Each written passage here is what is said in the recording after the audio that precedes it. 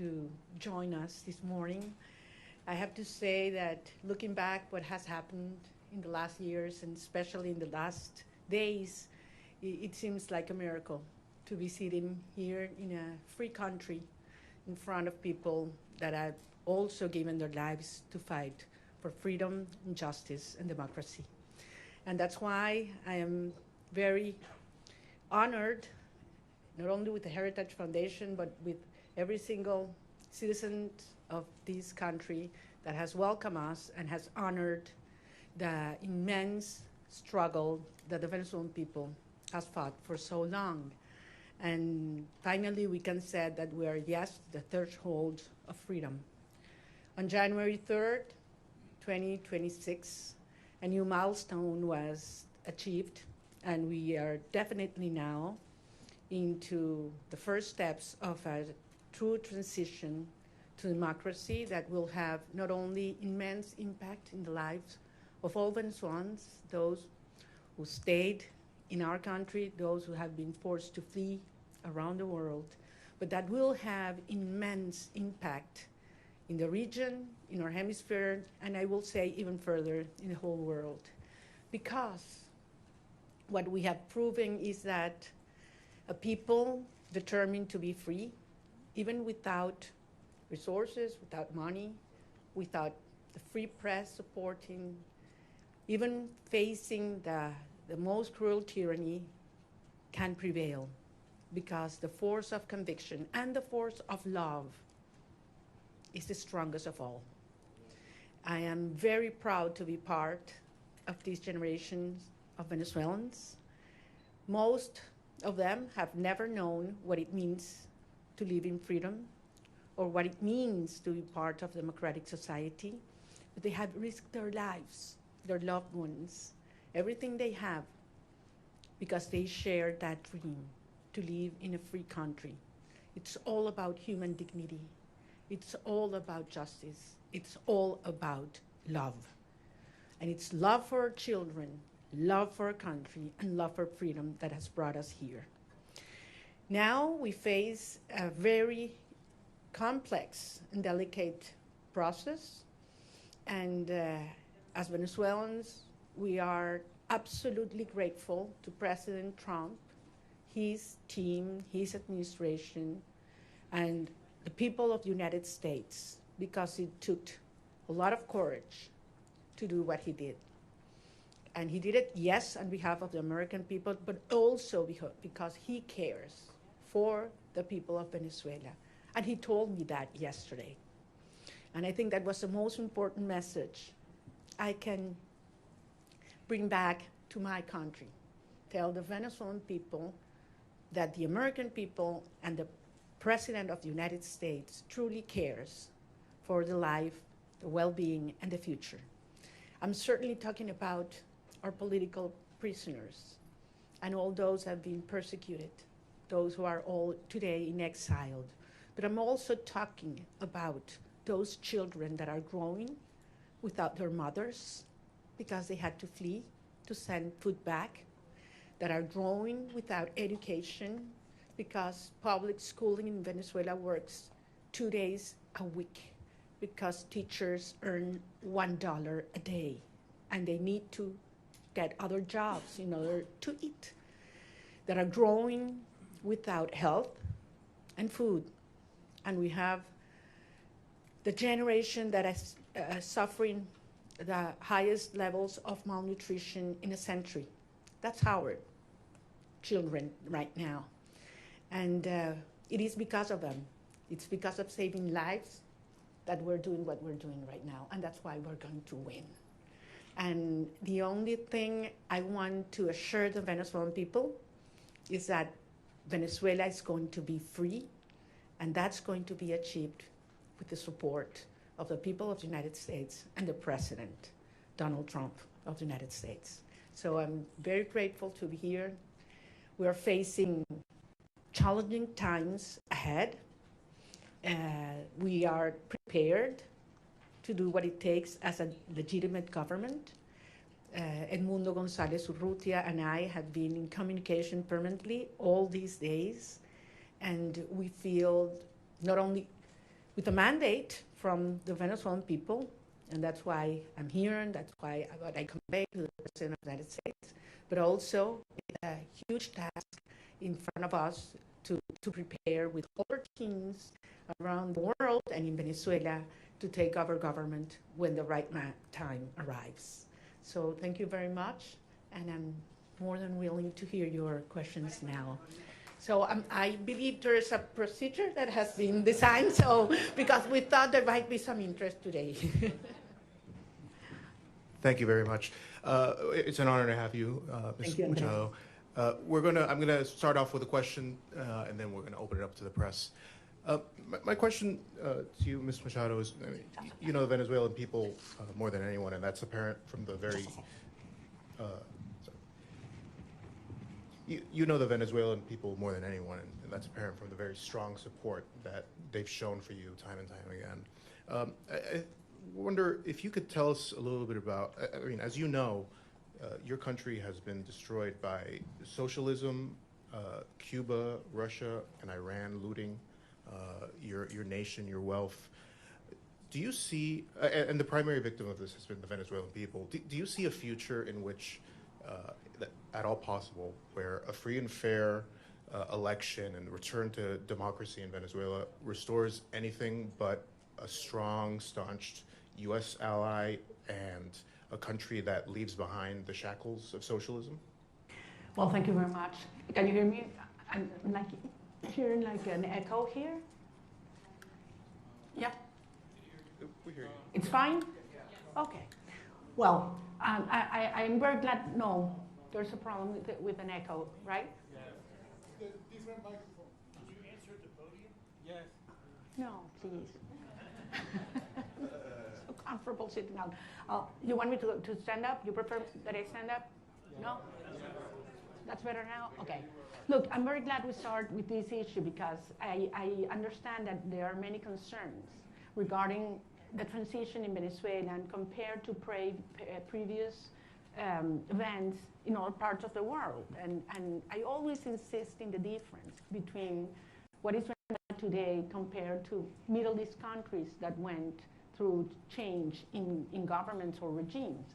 We're talking about a society that is perhaps the most cohesive in the region. I would dare to say even in the world. I ask you to think any other society in which 90% of the population wants the same. Not only that they reject the actual regime, but we want the same. There are not religious tensions within the Venezuelan society, or racial, or regional, or political, or social. I mean, there was one longing that brought Venezuelans together, and that was, we want our children back home.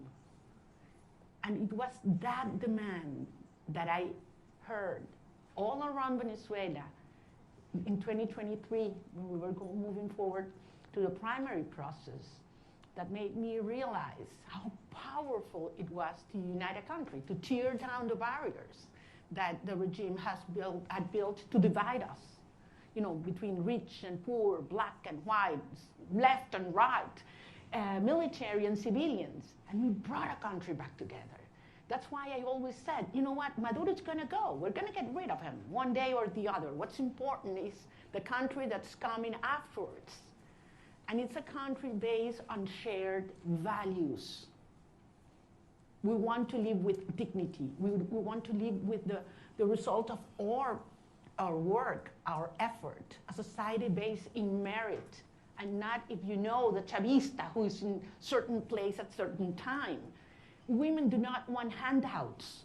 They don't want to live in give their children a box of food that has a high cost, because then you have to lower your head and repeat what the regime wants you to say or dress as they expect you to dress.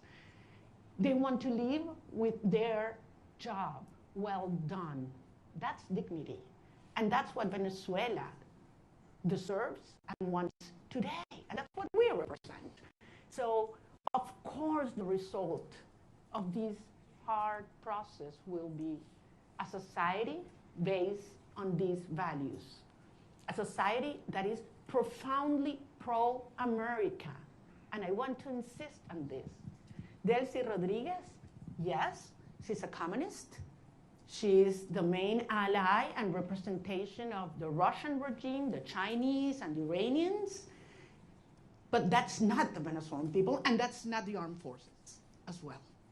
So I am profoundly, profoundly confident that we will have an orderly transition.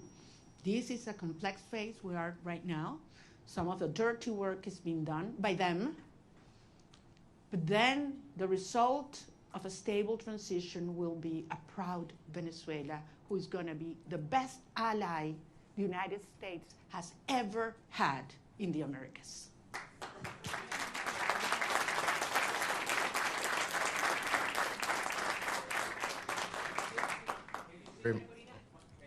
We're going to have a person come up and.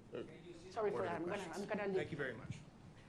Hi, thank you very much for coming. I realize there's a lot of interest. We're going to try to get to every question. I'm going to go through a list.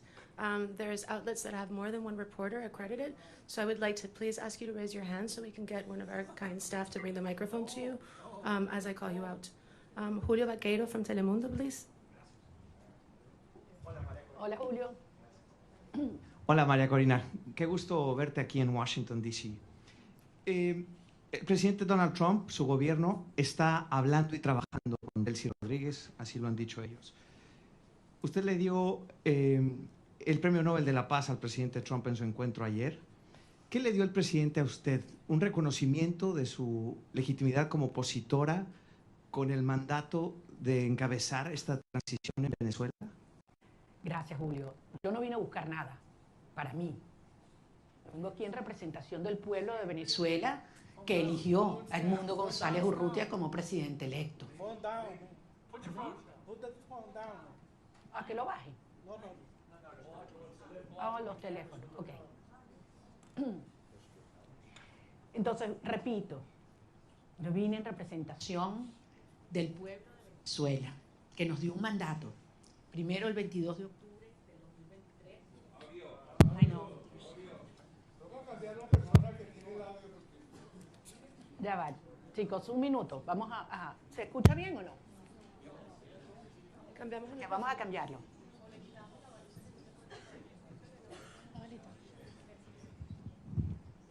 Ok, ahora está mejor.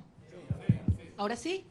Ok, voy a repetir la pregunta la respuesta a la pregunta de Julio.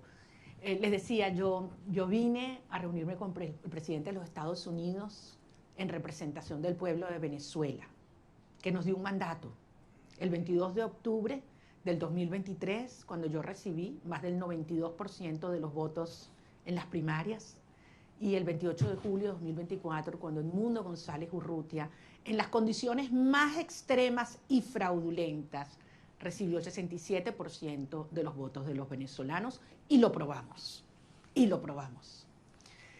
Vine a recibir de parte de él un mensaje para los venezolanos, y es la seguridad de que contamos con los Estados Unidos para avanzar en una ruta donde se haga respetar la soberanía nacional, la libertad, la democracia y la justicia. Hay un proceso muy complejo en marcha, lo sabemos, pero se están dando pasos. Evidentemente, para los venezolanos es una situación cada día, para muchos venezolanos de vida o muerte, y ahí hay una enorme urgencia ética. Pero entendemos que este es un proceso complejo al cual nosotros somos parte y queremos y estamos contribuyendo. Gracias. Nick Schifrin from PBS, please. Hola, Maria Corina. Thank you so much. It's great to see you in person after seeing you virtually for the last few years. Two questions, if I could, similar to what you just answered, but in English. You had a very good meeting with the president yesterday, but he still maintains a positive relationship and positive language about Delcy Rodriguez. The CIA director was just there. So what's your message to the president and to the United States when U.S. policy is still to support the Chavismo government that still exists in Caracas? And I have to ask, your statement last night said that you felt like you were going to die at one point when you left Venezuela in the boat. Can you just tell us exactly what happened in that moment when you were in that boat? Thank you. Well, regarding all the details of how and when I left Venezuela, for the protection of those involved and help me get here, I will wait until the regime is no longer in capacity to harm them, to share that in detail. Yes, there was a certain moment in the trip in the boat where I was hurt because the waves were very high, over 6 feet, and there was a strong wind, and we got lost in the ocean. We lost the sign of the GPS, and the satellite phone stopped working, and Starlink antenna did not work as well, all at the same time. So it was a very risky, dangerous, and scary moment, I have to say. And it lasted several hours. But at the end, as I say, you know, we have moved ahead de la mano de Dios. And that's why I believe it is a miracle, and I'm here. And I know that someday I will be able to tell you all the details and thank personally all those that risked their lives in order for this to happen, because they knew it was very important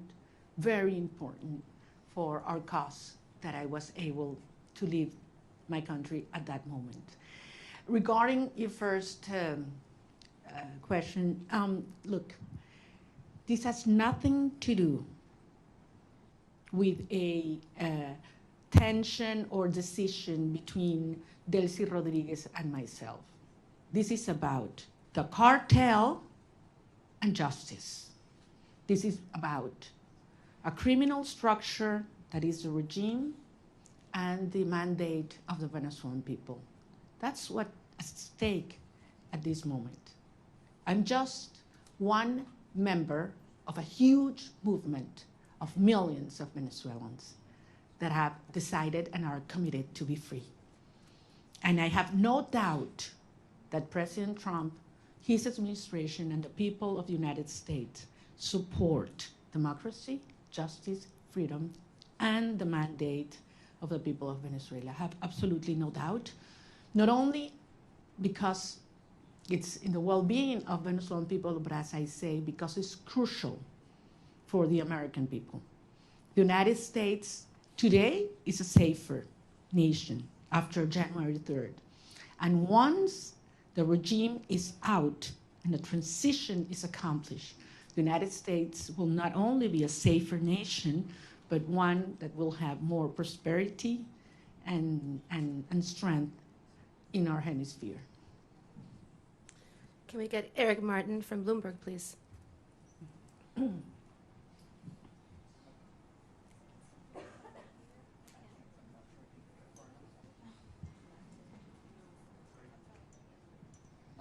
see. Sorry. Thank you. Maria Corina, would like to ask you about the timeline for democratic transition within Venezuela, because obviously the Constitution calls for within 30 days a new election. You've already been recognized by a number of countries, including the US in 2024, Edmundo Gonzalez as having won that election, and accusations that the election was stolen by the Maduro regime. As you've mentioned, you overwhelmingly won the primary in 2023. Do you have an expectation, is your expectation that the next step in this process would be a new election in Venezuela? Do you expect that to happen in 2026? Or what does the roadmap look like from getting from today's government by Delcy Rodriguez, the government de facto that is in control, to a democratically elected government? Thank you. Thank you. Thank you, Eric. Well, if the Venezuelan Constitution were respected, we wouldn't have 1,000 political prisoners, we wouldn't have 9 million people, fleeing and living around the country. We wouldn't have our president-elect exiled in Madrid. I mean, he would have taken power on January 9, 2024. So 2025, sorry. So we realize that there's no rule of law in Venezuela. I don't know actually if you're aware, Venezuela is currently in the last place globally in terms of rule of law. Out of 142 countries that have been evaluated by the World Justice Project, Venezuela is in place 142. So much for the Constitution. At the end, it is a matter of strength, and that was what made this process, starting on January 3rd, happened. I mean, that was the main difference. The regime realized that they are facing the strength of the people organized, but mostly, in this last phase, the strength of the democratic allies that are concerned about the structure of the regime, of the criminal regime in Venezuela. So this is a process that has several phases. We are in one that it's complex, as I said, in which the regime is forced to dismantle themselves.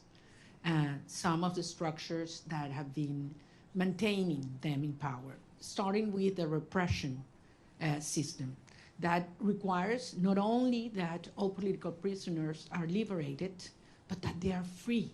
The fact that you are not in a prison doesn't mean that you are free. In Venezuela, they have left the jails, but they cannot speak to the press. They cannot leave the country, and they are still terrified.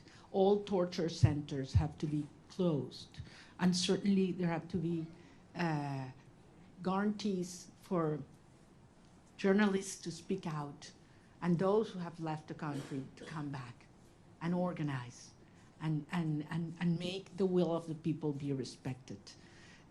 Eric, believe me, I understand the urgency. I have been speaking with the families, not only of those that have been freed or liberated these last hours, but especially with those that have not, and that they don't know where their loved ones are right now. They have simply disappeared. I'm talking about hundreds of people. Actually, we found out in these last hours that there were more political prisoners than we thought, because many families had been scared just even to denounce that their loved ones had been in prison or disappeared by the regime. So some of those that have been liberated were not even registered by us. So, and this is still in place. I mean, there is a criminal structure of terror, not only on the civilian population, but also in the military.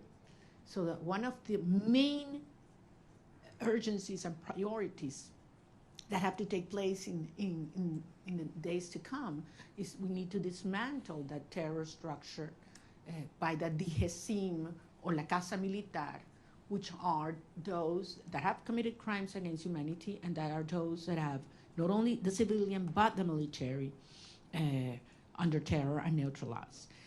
Once these steps are taken, then we can move forward in the reinstitutionalization of our government, and eventually we will have free and fair elections.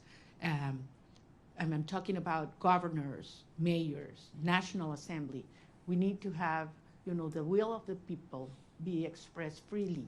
I have to remember that in the last election, presidential election, where our president-elect Edmundo González won, nearly 40% of Venezuelans that have a right to vote couldn't do it because the regime wouldn't allow them. That's one of the main things we need to correct. Every single Venezuelan living in Venezuela or abroad should have the right to vote as soon as possible. Thank you. Gaby Peroso from BPI, please.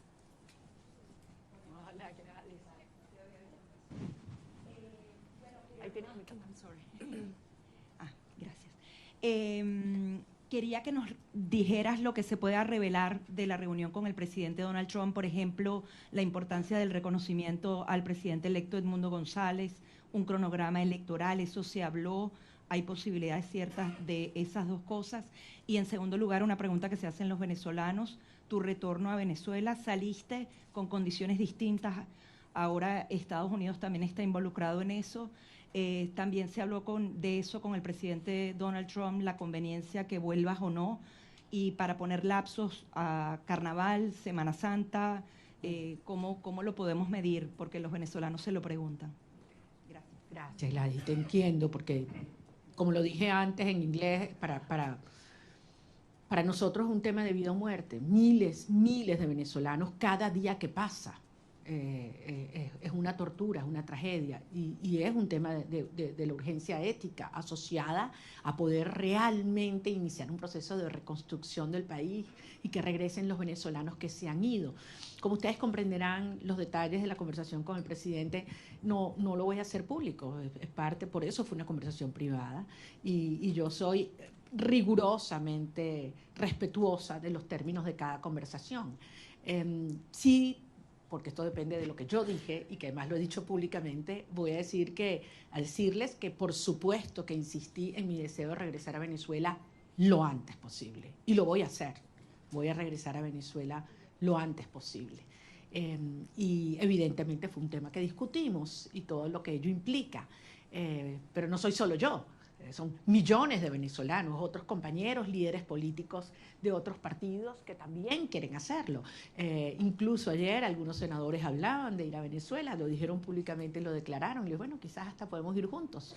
Es decir, yo creo que hay mucha gente en el mundo preparándose para ir a Venezuela porque sabemos que este es un proceso irreversible. Puede tomar un día más, puede tomar un día menos. Puede haber alguna fase que no nos la habíamos previsto o que no nos gusta.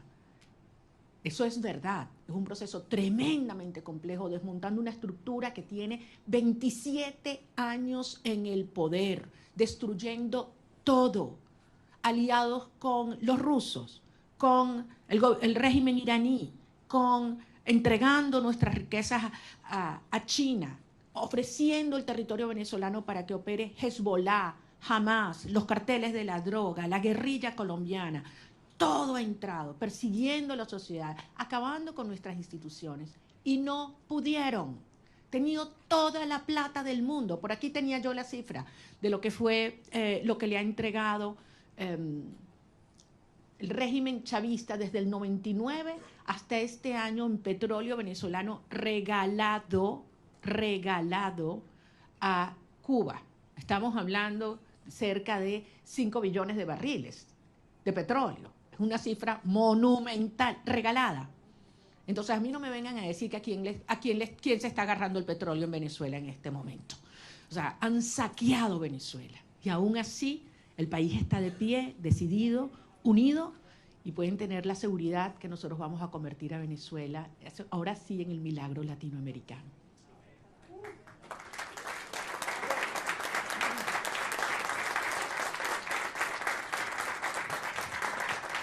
So this was supposed to last until noon. It is now noon, but if everyone's game to stay, we stay. Paolo Mastrolli from La Repubblica, please.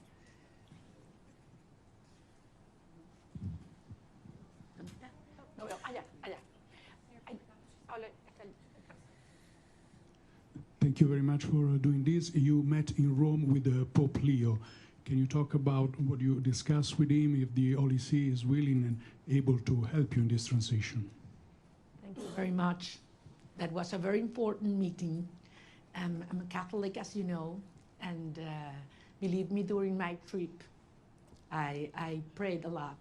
So I was able not only to talk to him, but to present to him some of the rosaries that I had brought with me during the trip. And it was a day that marked my life in a personal dimension, but also I had a reassurance of the Holy Father that he knows very well what's going on in Venezuela. He knows what the Catholic Church is going through because of the persecution and pressure on our bishops and priests and nuns. And I believe that he's not only concerned, but actively helping and supporting a peaceful transitional process to take place. I think it was a very important and timely message to Venezuelan society, which is mostly, as you know, Christian. So I think it couldn't have been in a better moment, and it brought a lot of hope and reassurance to our people. Thank you. David Alandete from Diario ABC, please. Aquí está David.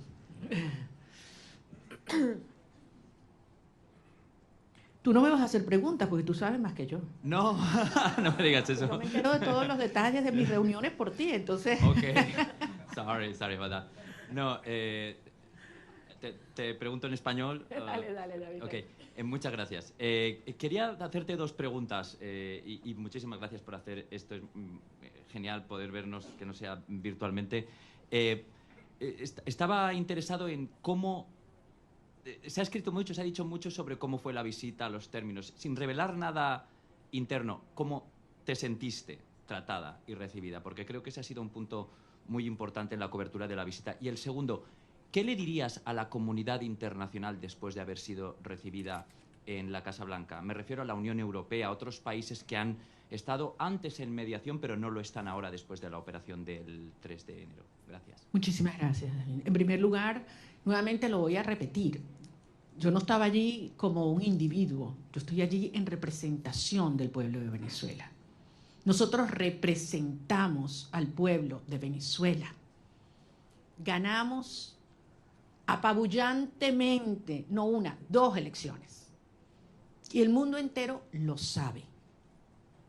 Estamos allí en representación de un pueblo que ha dado su vida para vivir en libertad.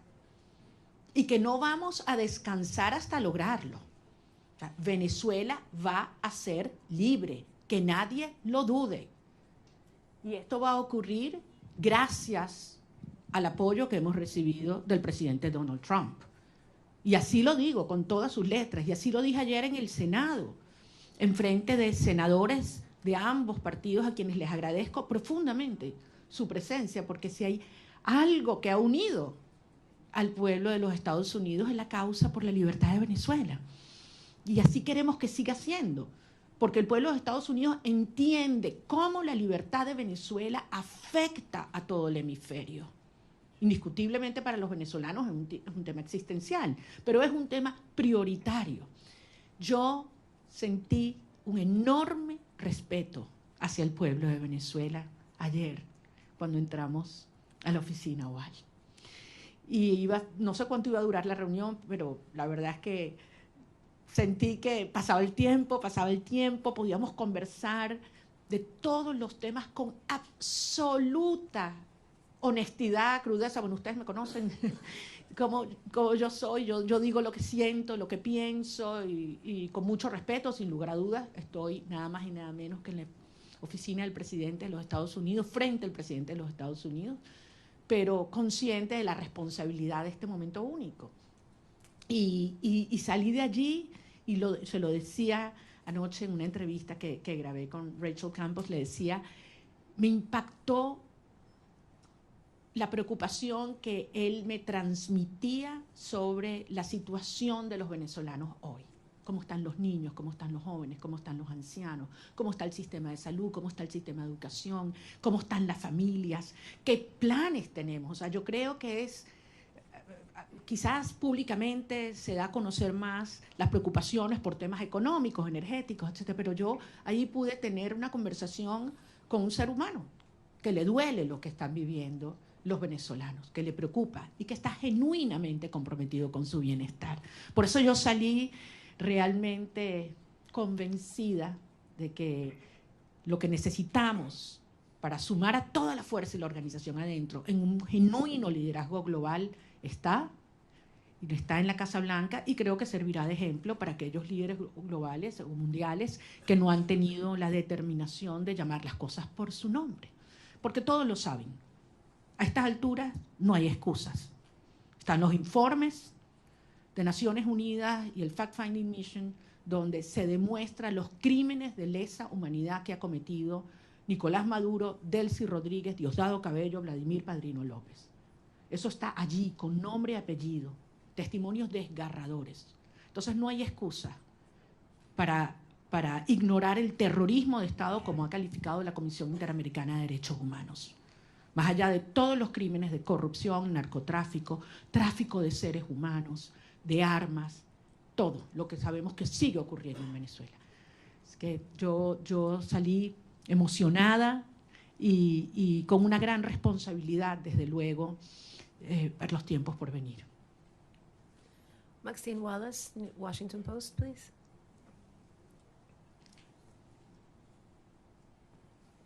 Maxine is not here. Washington Post. Washington Post, here.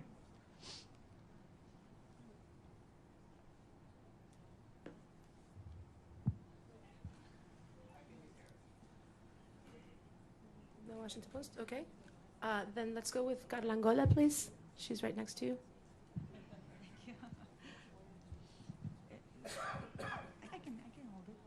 Ok, perdón. ¿Cómo estás, María Corina?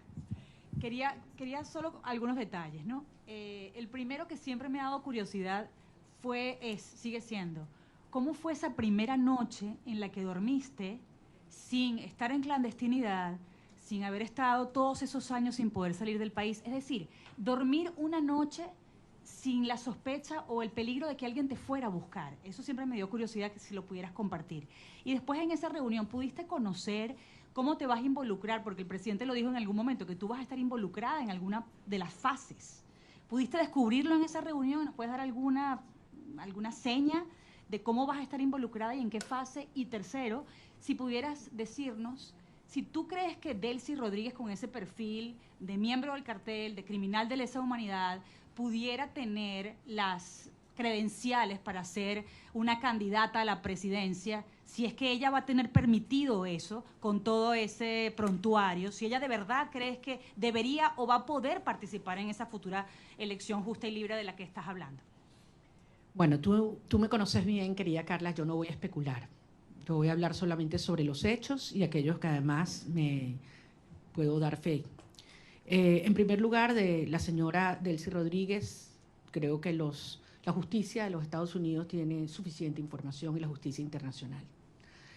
Solamente les recuerdo que no solamente es ideológicamente comunista y muy fanatizada, pero además ha sido, como en el cargo de vicepresidente, quien ha supervisado y ejecutado todo el proceso de represión en Venezuela. Es decir, los centros de tortura están bajo su dirección y han estado bajo su dirección. Es responsable directa. Además, ha sido parte del diseño de bypassear las sanciones de los Estados Unidos, la justicia de los Estados Unidos, para poder obtener y seguir haciendo transacciones financieras con países que son enemigos de los Estados Unidos. Entonces, queda muy claro cuál ha sido y cuál es su perfil. Con relación al rol que vamos a tener el gobierno electo en estos próximos pasos, es algo que no hay que descubrir, es algo que hay que construir. Y ayer dimos un paso y evidentemente es algo que está en diseño, en construcción, y veremos día a día cómo va ocurriendo. Como yo se los decía siempre a los venezolanos, it's one day at a time. Ya estamos en una fase que es 1 hour at a time. Y como son las cosas en Venezuela, ya ustedes saben cuál va a ser lo próximo, ¿no? Entonces aquí nadie se aburre en materia de las dinámicas en Venezuela, porque están pasando muchas cosas. Y muchas veces, y yo sé que tú lo dijiste una vez, creo que David también, que cuando yo estoy más callada es cuando más duro estamos trabajando. Entonces sí les pido en ese sentido, y yo sé que los venezolanos tienen profunda confianza. Miren a dónde hemos llegado. Con relación, se meten mis temas personales, y esos son los que más me cuestan, lo que fue la salida, lo único que les puedo decir es que yo no dormí esa primera noche. Yo primero tenía 16 meses en los cuales cada ruido que ocurría, sonaba algo, inmediatamente me despertaba. O sea, tenía 16. Y esa sensación de que puedes dormir en paz, segura, de que un ruido no implica una amenaza, es algo que toma un tiempo procesarlo. Yo me levanto algunas veces y no estoy sola, abro los ojos y puedo abrir la ventana, ¿no? Son cosas que quizás para muchas personas son take for granted, ¿no? Hay que vivir esto para valorar la libertad. Y la verdad es que si hay algo que yo tengo que hacer es darle las gracias y pedirle perdón a mi familia, porque hay que ver lo que esta experiencia les ha traído, ¿no? A todos, a las familias de todos los que estamos involucrados en esta causa, ¿no? No es solo la mía. Yo hablaba ayer con la madre de un muchacho que liberaron y la verdad es que es admirable. Y cuando he hablado con cada uno de los presos liberados, es tanta la admiración, porque los que me dicen es, lo volvería a hacer, María Corina. Antes de saludarme, lo primero que me dicen, quiero que sepas, lo volvería a hacer. Y después, te adoro, te quiero, no sé cuánto me muero por verte. Pero lo primero es, quiero que sepas, lo volvería a hacer. Yes. Can we get Vera from the Wall Street Journal, please? Vera's not here. Wall Street Journal. Okay, then we go with Ilia Calderón from Univision.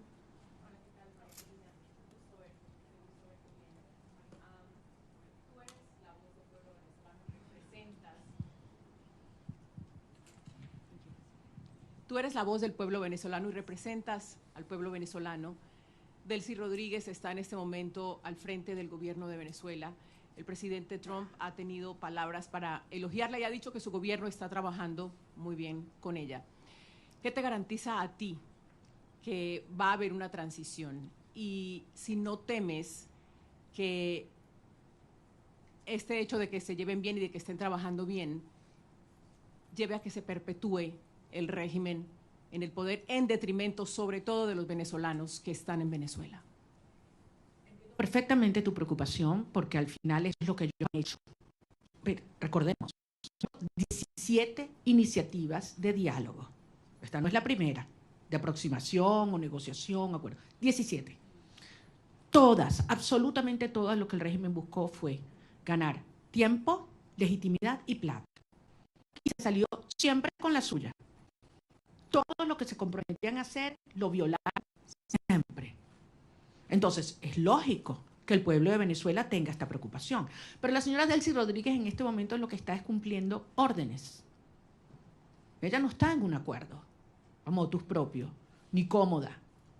Ella está cumpliendo órdenes, porque al final, si algo demostró el 3 de enero, es que tenía que haber una amenaza real, tenía que haber fuerza real. El costo de quedarse en el poder tenía que ser más alto que el costo de la salida para que se diera este cambio de actitud en el régimen. Y los venezolanos hicimos todo lo que nos correspondía en términos de la organización, la movilización, la victoria electoral. Pero hacía falta el respaldo decidido de los Estados Unidos y finalmente llegó de la mano del presidente Trump. Entonces, esto es otra fase. Ahora bien, se tiene hoy un sector que está cumpliendo en el desmantelamiento del otro sector del régimen. Eso existe. Y desde luego se tiene la fuerza real y la amenaza del gobierno de los Estados Unidos. ¿Qué falta aquí? ¿Qué falta aquí en este análisis? La gente, el pueblo de Venezuela. Y eso es lo que nosotros representamos. La legitimidad y la garantía de una transición ordenada que tiene que tener el respaldo del pueblo de Venezuela. Cuando tú tienes un pueblo unido, no hay manera de ignorarlo. Y yo sé que ese no es el objetivo del presidente Trump o del secretario Rubio, todo lo contrario. Es acompañar y apoyar al pueblo de Venezuela en su derecho de ejercer la soberanía popular. Ahora estamos en una fase compleja que aspiramos a poder cumplirla de la manera ordenada, controlada y más rápida posible.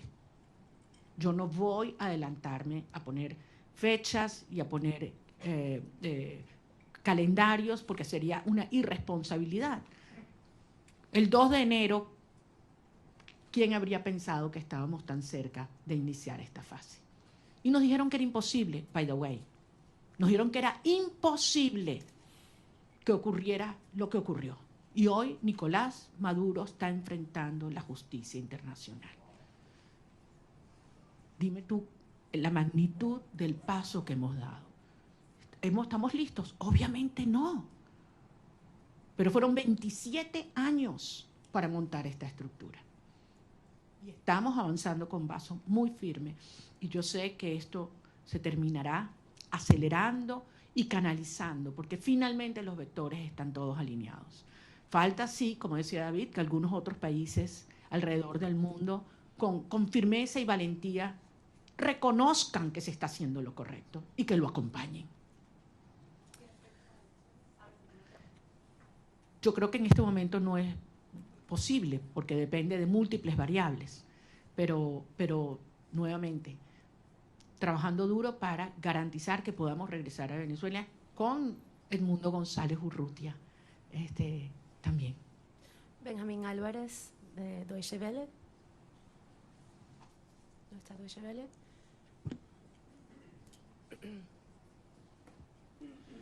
Muchas gracias. Una pregunta refiriéndome a lo que acaba de mencionar de que Delcy Rodríguez está recibiendo órdenes y no está cooperando con la administración Trump.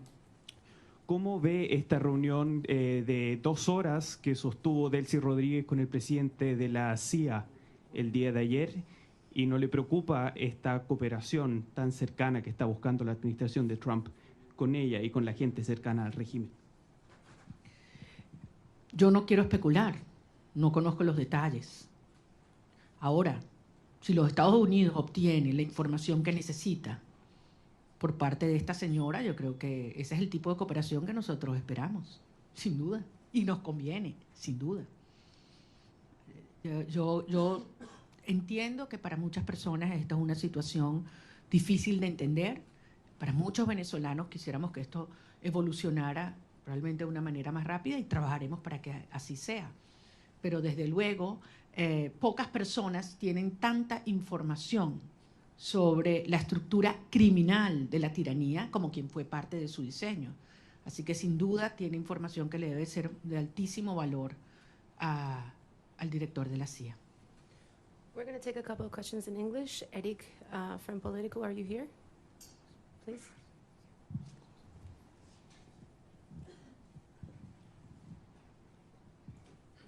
Thank you so much, María Corina. It's good to see you in person, as others have said. Today, Venezuela accepted its first deportation flights since the operation on January 3rd. It followed a month of pauses. There's been some worry that Rodriguez could use migration cooperation with the United States as a way to defray pressure to go towards elections or to dismantle criminal networks in the country. Do you share those concerns that she could use an issue that is very central to this administration's foreign policy? Thank you very much. We all know how this regime weaponized migration against several countries, not only the United States. And migration in Venezuela was designed by the regime. Wasn't, just spontaneously happened. It was designed by them. And certainly they've tried to use our people as that trade bargain, trade to which is very, very painful. But I think everybody knows that the only way that we can have people on their own means, and talking hundreds of thousands coming back, is given the Venezuelan people the hope, the certainty that we will have a democratic future and security in our country. It's not a matter of having all economic problems solved. People are willing to go back to be part of the solution. But if they have hope that we will have a freedom and democracy in the future. So I think it is clearly in the best interest of the United States and those that are concerned about migration to have a transition take place as soon as possible, because you will see millions coming back home. I have several accredited journalists from the AP. I don't know who wants to take the question. Josh Goodman from Associated Press. Hi, Maria Corina. Thank you. Lots of questions still about the meeting yesterday with President Trump. I just have 3 specific ones. Did you urge him to seek the arrest of Diosdado Cabello? Did you urge him not to meet with Delcy Rodriguez, as he's indicated he would? And did you urge him to not allow Delcy Rodriguez to reopen the Venezuelan embassy in Washington? Those are 3 specifics. Want to know what your position on those are. Thanks. Well, I think I don't need to urge the president of specific things. I think it's very clear what has to be done right now. We exchange views about the implications of several actions. And I just want to tell you that I was very impressed of the degree of information he has, how closely he follows the situation in Venezuela, and how much he's concerned about the well-being of our people. Certainly, we did talk about the political prisoners and their families, and the importance to stop repression from the root in Venezuela right now, because you cannot talk of a transition, even in its first steps, if there's still repression in our nation. The Daily Signal.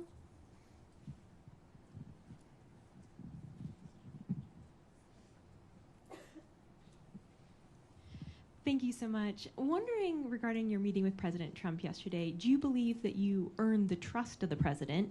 And did you all specifically talk about a transition of power in Venezuela in which you would become president? Thank you. Point again, this is not about me. It is about the will of the people. And we certainly talk about how popular sovereignty has been expressed in Venezuela, and absolutely terrible conditions in which we did, and how the regime stole that result. And I think he can certainly relate to that. So I believe that the point here is Venezuela has decided as a nation to be united first, to unite back again, and to fight for a right to be free. And he understands the moment and the implication for I would say the whole hemisphere. We talked, and I would say this, I know you can imagine that about other countries, and specifically about Cuba and the implications of a transition to democracy in Venezuela, what would mean to Cuba. And I insisted in something I've said many times, that I believe that for the first time in history, we will have the Americas free of communism, dictatorship, and narco-terrorism, for the first time in history. And that's what's already happening. Sometimes you are so immersed in processes that, it's hard to understand the implication. The geopolitical and historic implications. Imagine what this will mean to have these dictatorships finally gone in Venezuela, in Cuba, and Nicaragua. I mean, this is equivalent to the fall of the Berlin Wall in the Americas. So this is huge from a historic perspective, and this is happening as we speak. Toral Kono, NHK, Japan. No? Japan Media? Okay, can we get Mr. Rosen from Newsmax? Also not here, okay. Jesus La Patilla, please.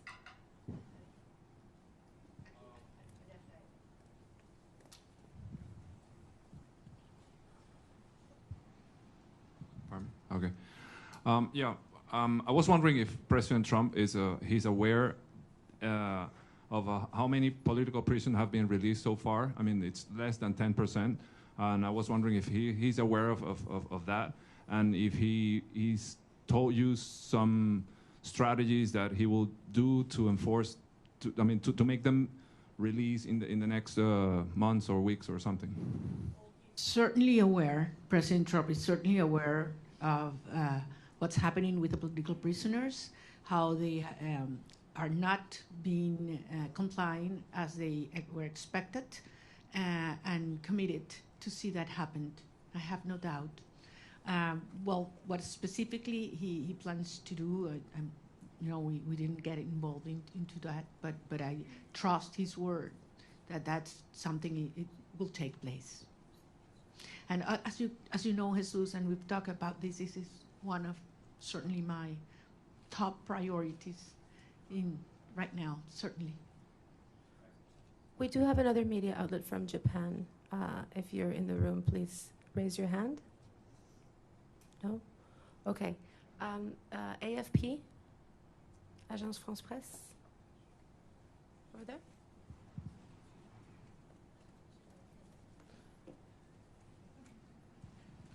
Sí, gracias. Gracias por la rueda de prensa. Señora Machado, quisiera saber, usted dice que es un proceso complejo.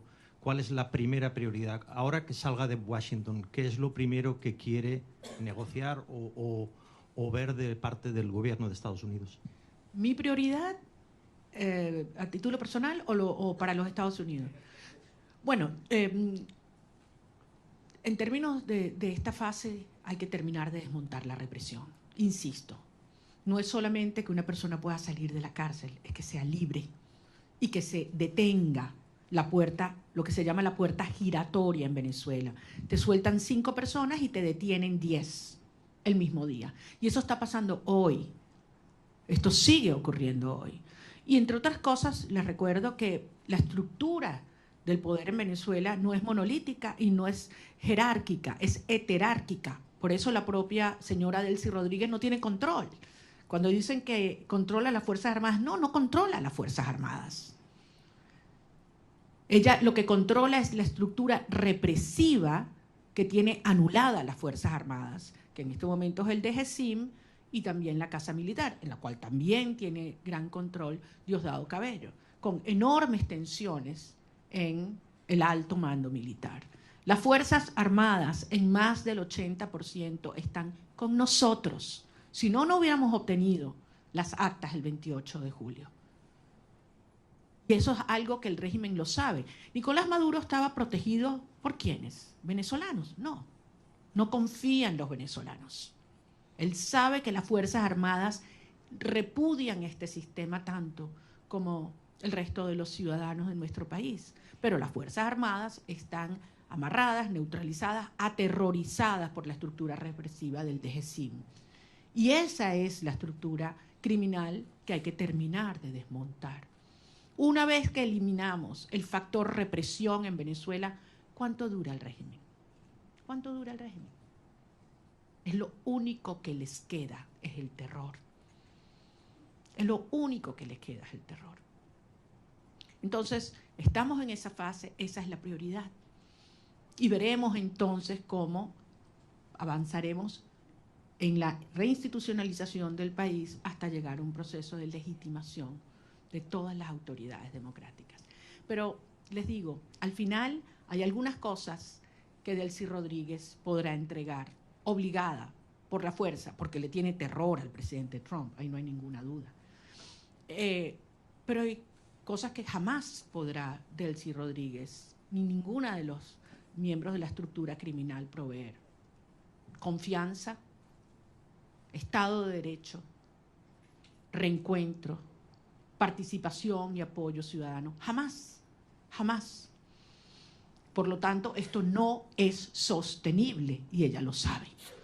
Y por eso vamos avanzando en una fase delicada, un día a la vez, pero con una sola misión, con un solo propósito, y es lograr la verdadera instauración de la democracia y la libertad en Venezuela para que puedan regresar nuestros hijos y todos los venezolanos a casa. Muchísimas gracias. One last question for Mr. Bernalete. Martín Noticias, please. Sí,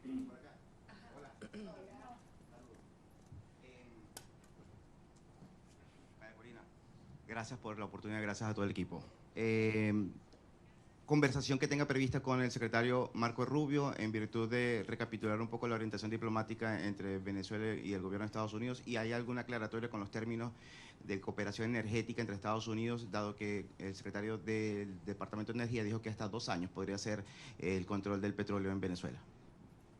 Bueno, nuevamente, las cosas en Venezuela se están moviendo rápidamente. Es evidente que mientras esté el régimen en el poder, no hay confianza para ninguna persona, para ninguna institución, para ninguna empresa, y por lo tanto existe este nivel de supervisión sobre los ingresos petroleros. Pero la transición en Venezuela, y como mismo dijo el secretario de Estado, las fases se solapan y esto puede acelerarse enormemente. Yo voy a tener varias reuniones en Washington y en otras ciudades sobre las cuales en su momento informaré. Prefiero no hacerlo desde ahora. Yo sé que ustedes entienden, por respeto a las agendas y a los acuerdos con mis interlocutores. Pero en todo caso, quiero darles las gracias. Créanme que es toda una experiencia interactuar con periodistas que pueden libremente decir lo que piensan, hacer las preguntas que les salen del alma y no las que les imponen, y poderlos ver a la cara con un backing que no sea blanco. Y con el orgullo de decirles que lo que viene es enorme, y que así como Venezuela hace 200 años fue el foco de la lucha por la libertad y la liberación de nuestra región, una vez más el futuro de la región de América Latina se está luchando en el suelo venezolano, y yo voy a regresar lo antes posible. Espero que muchos de ustedes puedan hacerlo conmigo también. Muchas gracias. Gracias.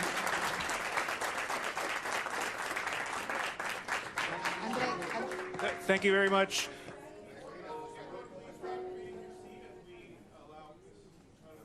To file out, and then we'll all orderly come out the back. But thank you very much. Let's welcome or thank Ms. Machado for her time.